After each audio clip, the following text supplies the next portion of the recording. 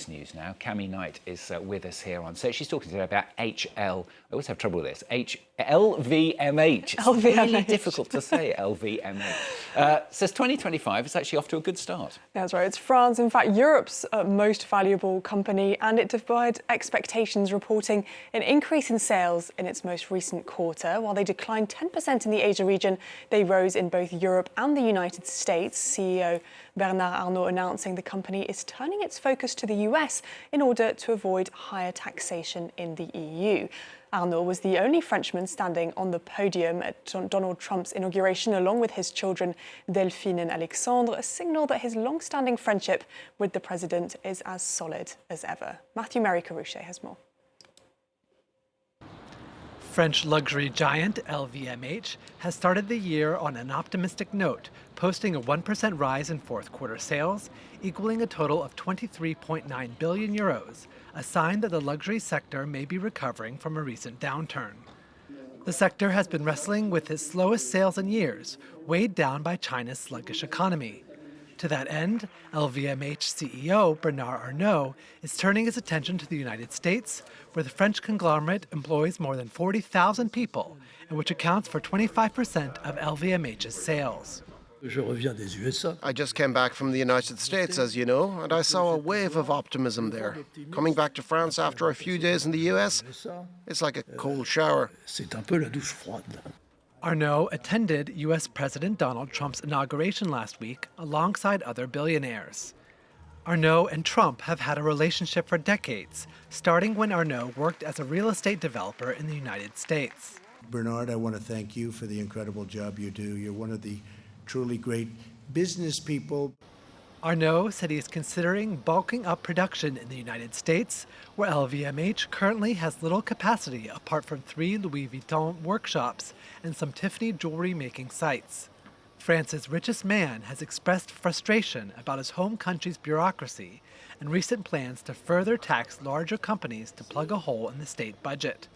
Arnault said U.S.-based factories benefit from attractive tax conditions that will improve under Trump, praising government subsidies for workshops in certain states. Now, in other news, the Fed is holding the second day of its meeting today before it makes a decision on interest rates.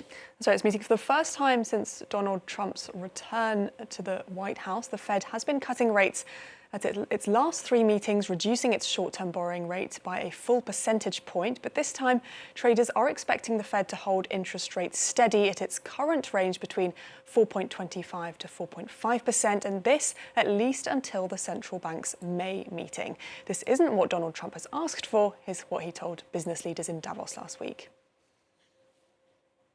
With oil prices going down, I'll demand that interest rates drop immediately, and likewise, they should be dropping all over the world. Interest rates should follow us. Now, it's not his decision to make, and in December, the Fed signalled it expected fewer cuts in 2025 than it had earlier projected. Economists also say it's likely the Fed will want to adopt a wait-and-see approach to the Trump administration's policies, like adding tariffs and widespread deportation of immigrants, both of which could prove inflationary.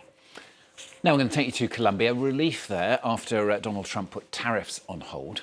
That's right. So 2 flights carrying hundreds of Colombians deported by the US touched down in Bogota, putting an end, at least for now, to the diplomatic standoff between Colombian President Gustavo Petro and Donald Trump. The US president had been threatening to place tariffs on Colombian goods, and producers in Colombia are now feeling some sense of relief. Morgan Eyre has more.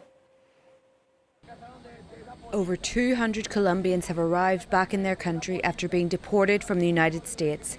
Some of the expelled migrants said they faced inhumane treatment. We were handcuffed from our feet, from the ankles to our hips. We were treated like criminals. There were women whose children had to see their mothers in chains, as if they were drug addicts, as if they were traffickers, when in reality they were people who wanted a better life for their families.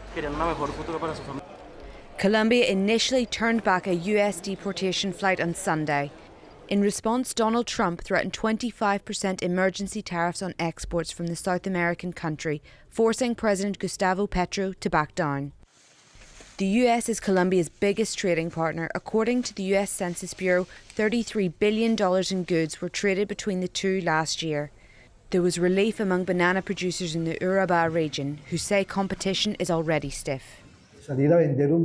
Selling a product that already has difficulties in the international market due to a large supply and low prices, and having to increase national tariffs by 25% would mean the end of banana production in Urabá and the loss of 100,000 jobs. In addition to bananas, the main Colombian exports are oil, coffee and cut flowers, which is a big business, especially coming up to Valentine's Day. Morgan Air there. So the tariffs on hold hasn't stopped coffee prices from soaring though, has it? Colombia is the largest coffee producer in the world, and though President Trump put the brakes on tariffs, the threat alone sent nerves racing through the coffee market, prices reaching record highs this week.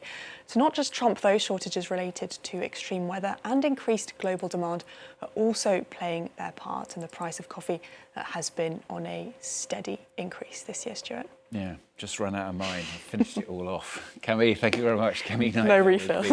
No refills, no, can't afford it. Cami Knight with the business news on France 24. More news after the break. Do stay with us.